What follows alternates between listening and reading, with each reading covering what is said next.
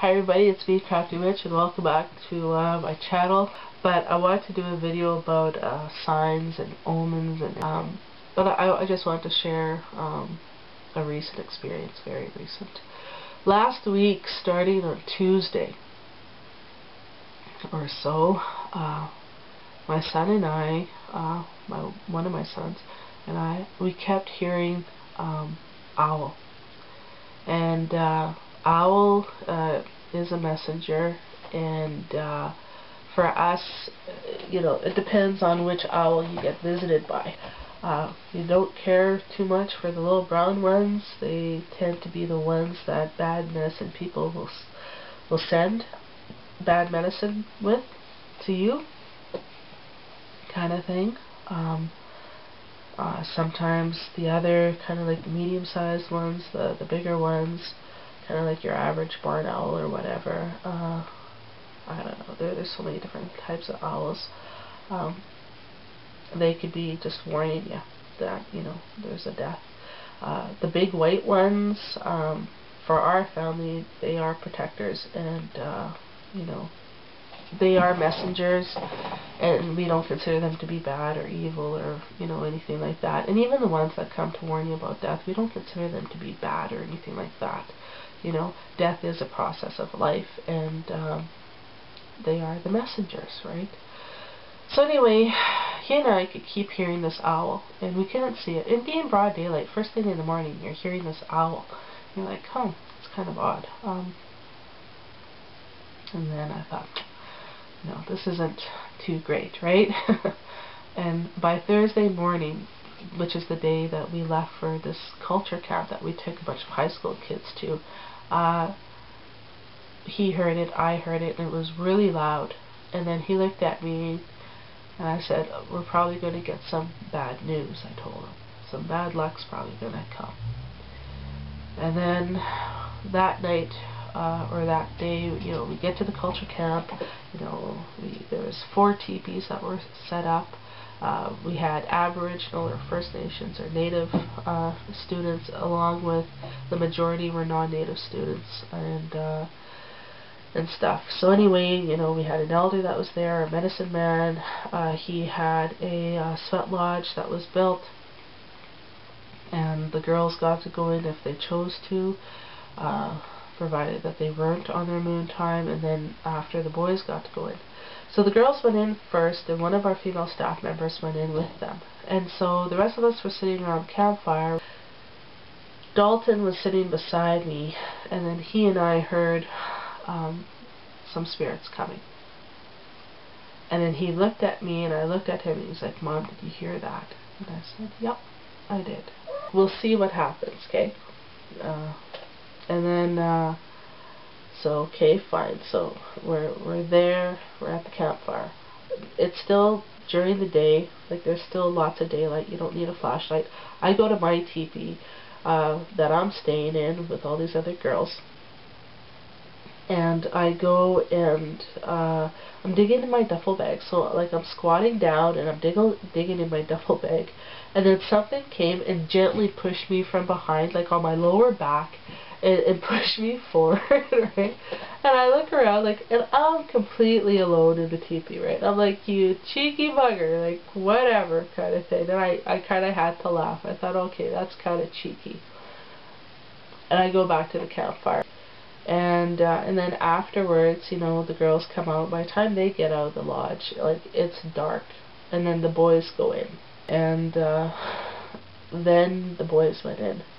Now I'm sitting there, and then I think the girls wanted treats or water, so I can't remember. Then I had to go back to my teepee again and get whatever I need to get and go back to the campfire. So I go back to my teepee. There's one student that's in there, and she's, asking me questions or talking to me, and I'm standing there, and there's nobody else. There's just the 2 of us, and it's a big teepee, right? Like, it's huge, and I'm nowhere near the edges of the canvas or the teepee poles or anything. And then somebody puts their hand on my shoulder and really squeezes, really firmly. It was like a big hand, And I'm standing there talking to her, and then I closed my eyes, and I just knew we were going to lose somebody. I just knew there was going to be a death. Just that inner sense of knowing, and given all the different signs that we were getting, with owl, and the spirits that we heard that were coming, all the different warnings, I just knew something was going to happen. And so then I bought a cigarette off of a staff member, because I don't smoke, so I don't carry cigarettes.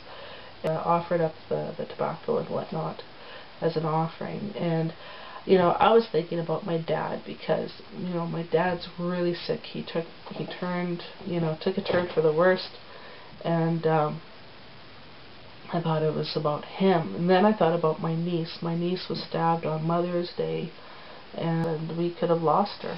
Today I go to work, I get sent home because I'm sicker than a dog, and I ran into our elder this morning, and he said,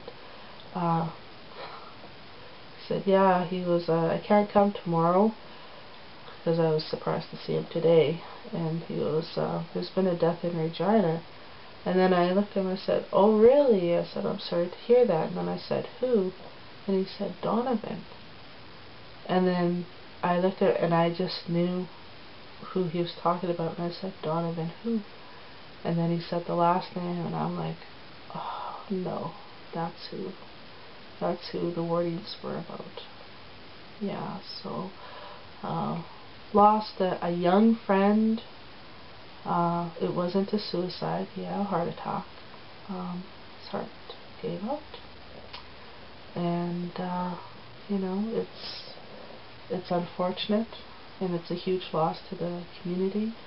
He impacted a lot of lives. He done a lot of good work with a lot of at-risk kids, and it's a huge loss for our people and for his family, obviously.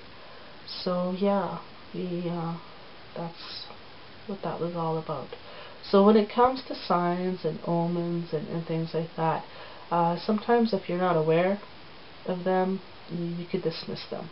You could think, oh, it's just superstition, or whatever. And different people, different cultures will have different signs and different omens. So for us, that was that.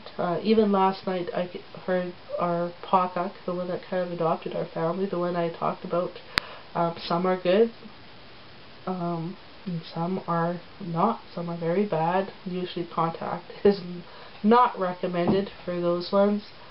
But this particular one, we heard him out at the culture camp. I heard him the past couple nights, outside, and he was also coming to warn us. And when I hear him like that, it tends to be there's a death that's going to happen, or maybe somebody's trying to send some bad medicine our way, or that kind of thing. There's all different kinds of warnings that we get from him, and for us, he's like almost like a guardian. So getting those warnings isn't a bad thing, and I feel that it's meant to prepare you for possible bad news, and to be prepared for some bad luck that's coming. So yeah, people, and there's different kinds of warnings, different kinds of omens, different kinds of signs for all different kinds of things.